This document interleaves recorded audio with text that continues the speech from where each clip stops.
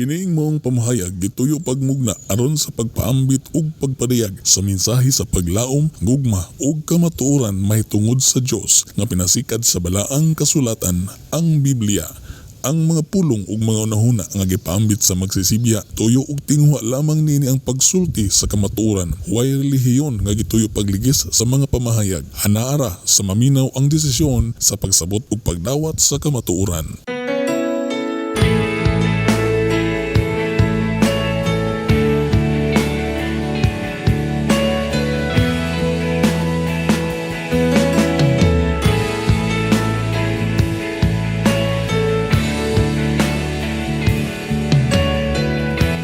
Higala, kumusta? Maayong adlaw, ang kalinaw ug gugma sa Dios maanaa kanimo. Maayong pagpaminaw diha kanimo karon. Naglingkod ka ba? Nagtindog o naakay gitrabaho? Nahala, giimbitarte ka igsoon og gigala nga makapatalinghog sa bisan sa mubo lang nga panahon nining mga orasa. Ablihi lang ang imong kasing-kasing o gunahuna sa mga mensahe. Kini ang inyong higala, Pastor John Tudlas. Ang mensahe nga akong ipaambit o ipaabot kanimo karon mao ang pagbayaw ngadto sa panganod o rapture. Ang hitabo nga ginatawag karon sa makastuhanon nga rapture may tabo sa panahon sa ikaduhang pagbalik ni Kristo. Aniya ang sunod-sunod nga mga detalye sa maong mahimayaong hitabo. Una, si Hesukristo mukunsad gikan sa langit. Sumala sa gingon sa unang Tesalonica 4:16, nag-ingon, unya mabati ang singgit sa pagmando ug ang tingog sa arkanghel, ingon man ang lanog sa tumpeta sa Dios ug mukunsad ang Ginoo gikan sa langit. So mao na siya, mukunsad ang atong Ginoong Hesukristo gikan sa langit. Sa iyang pagkayab, si Hesukristo misaka sa langit og milingkod sa tuo sa langit ng Amahan.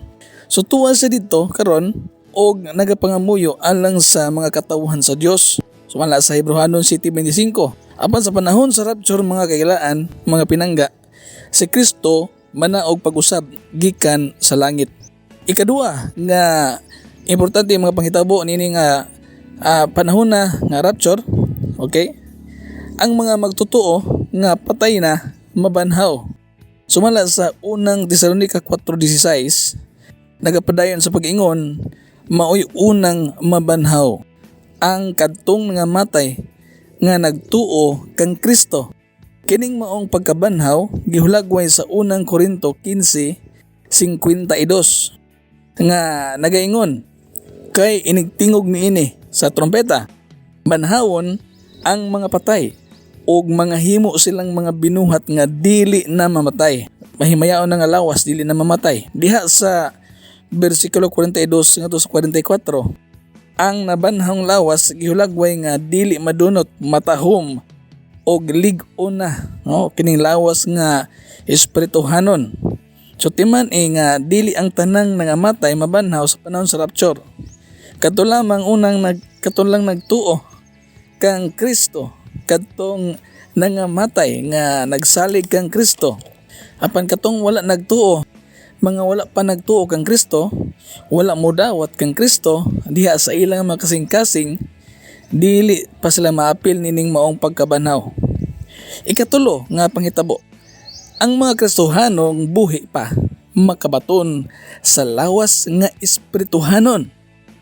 Ang unang Korinto 15:52, nagapadayon mga kaigalaan, mga kigsunan, pag-ingon, og mga usab kitang tanan, diha sa unang Tesalonica 4:17 nag-ingon pod, gihulagoy kini ni San Pablo sa ingon niini nga pag-istorya. Unya kita nga buhi pa niadtong adlaw, bayawon uban kanila didto sa mga panganod aron pagsugat sa Ginoo.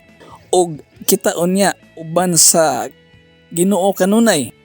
Ato makita dinhi nga sa panahon sa rapture o kining pagbayaw, ang mga Kristohanon nga buhi ba makabaton sa espirituhanong lawas ug unya pagabayawon uban sa mga nangabanhawng Kristohanon ngadto sa mga panganod aron pagsugat sa Ginoo. So kini nagapasabot kanato nga sa panahon sa rapture mga kaigalaan, mga pinangga, ang Ginoo dili pa mukunsad aron pag-anis kalibutan o kumutunob sa kalibutan, kundili Diha lamang siya sa panganod, diin siya sugaton sa mga katawhan, sa iyang katawan nga mga nagabalaan, nagkinabuhing matarong, nagkinabuhi nga subay sa kabuton sa Dios.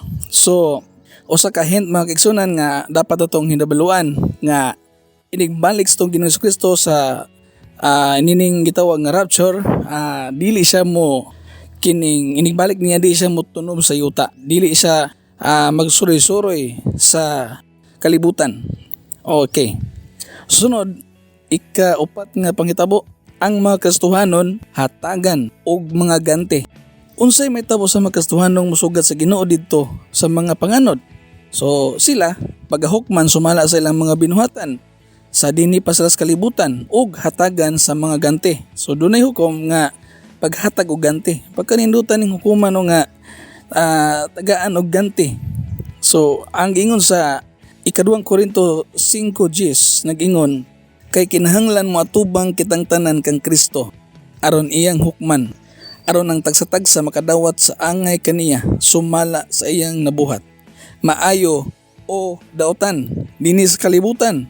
Si Kristo nag-ingon diha sa Gipadayag 22 bersikulo 12, mubalik ako sa dili madugay nga magdalag ganti aron ihatag sa tagsa-tagsa sumala sa iyang binuhatan. So pangutana, buot ka bang mudawat og ganti diya sa hukmanan ni Kristo? Ang ganti nga madawat gibase kini sa nabuhat nga maayo dinhi sa kalibutan. Ikalima nga panghitabo, ang dakong kasakit sa kalibutan alang niyatong dili andam sa pagbalik ni Kristo katong mga mabilin mahitabo.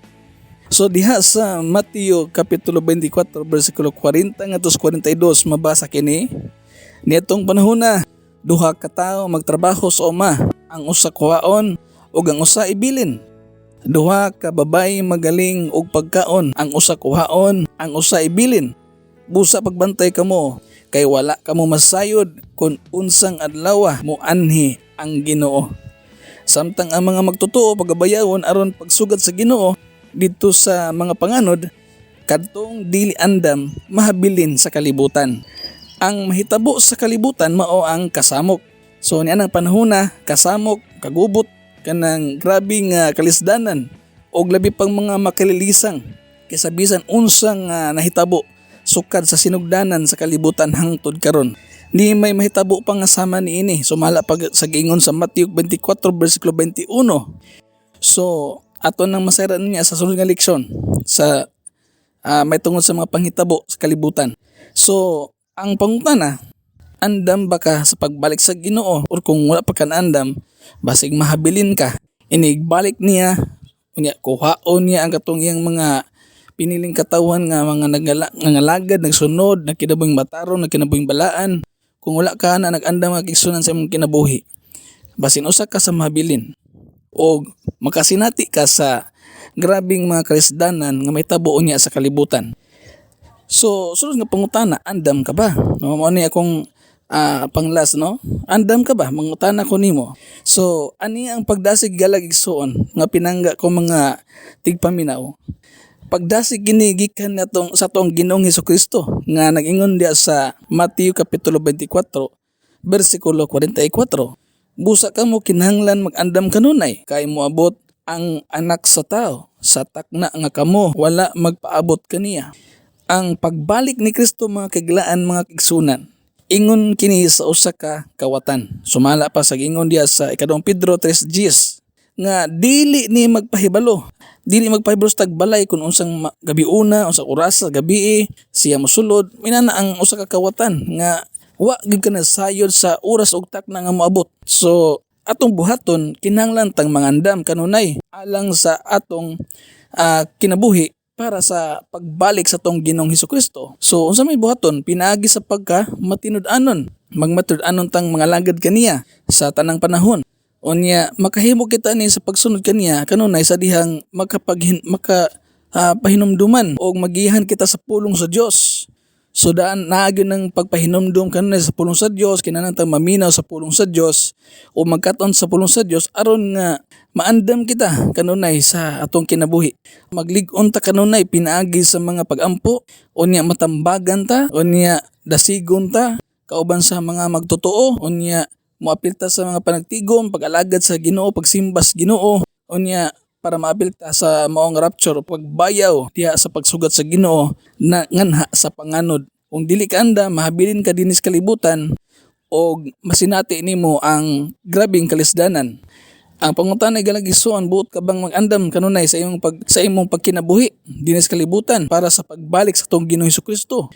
Og bisan pa tuod minga nga dugi pang mabot ang pagbalik sa Ginoo, wa ta kabalong, wa ta nasayod. Pero siguro ko nga kitang tanan mamatay, muagi gid kamatayon. Siguro dili ka maka-apil. Moingon siguro ka nga wala pa kay siguro nga makaabot ba ka ng second coming sa Ginoo. Pero siguro ta nga ang atong kinabuhi mawala or mamatay. So wala ta kabalo, wa ta masayod sa adlaw ug takna sa tong kamatayon. Sama pod sa pagbalik sa Ginoo, wa pod ta nasayod sa adlaw ug takna nga siya mo balik ngaron sa paghukom sa mga buhi sa mga minatay. Og ang atong kinabuhi mga galag mga kaigsunan, nakasalalay kini sa tuang kaugalingong mga desisyon. Nakasalalay kini sa tuang mga choices sa kinabuhi, atong mga pagpili sa kinabuhi. Kung unsa ang imong gustong kinabuhi nga mabatunan sa umaabot, nag-agad ka na sa unsa imong gibuhat karon. So kung nagkinabuhi pa kas kasalanan ni galag igsoon, so tianti ka pag hinulsol sa imong mga sala, biyai ang imong mga sala, talikdi ang imong mga kasalanan ug balik sa Dios. Kung nagkinabuhi ka nga naggumon sa klase-klase nga mga binuhatan nga wala gid ikahimot sa Ginoo, so tihanti ka igsoon, dili pa kaandam kay kung ang taong andam higalag igsoon, naghinulsol sa mga sala, nagbiya sa kasalanan o nag-andam kanunay matag adlaw sa iyang kinabuhi, kay wa ta nasayod sa adlaw takna nga kita kuwaon sa Ginoo, wa po ta nasayod sa adlaw takna na siya mo balik. Kining duha ka butang importante kayo nga angayan natong pangandaman. Higalag igsoon, hinaot ko nga makapangandam ka sa imong kinabuhi. Kinahanglan ta maghinulsol sa mga sala, magbiya sa kasalanan, magbuhat ta sa kabubuton sa Ginoo sa atong kinabuhi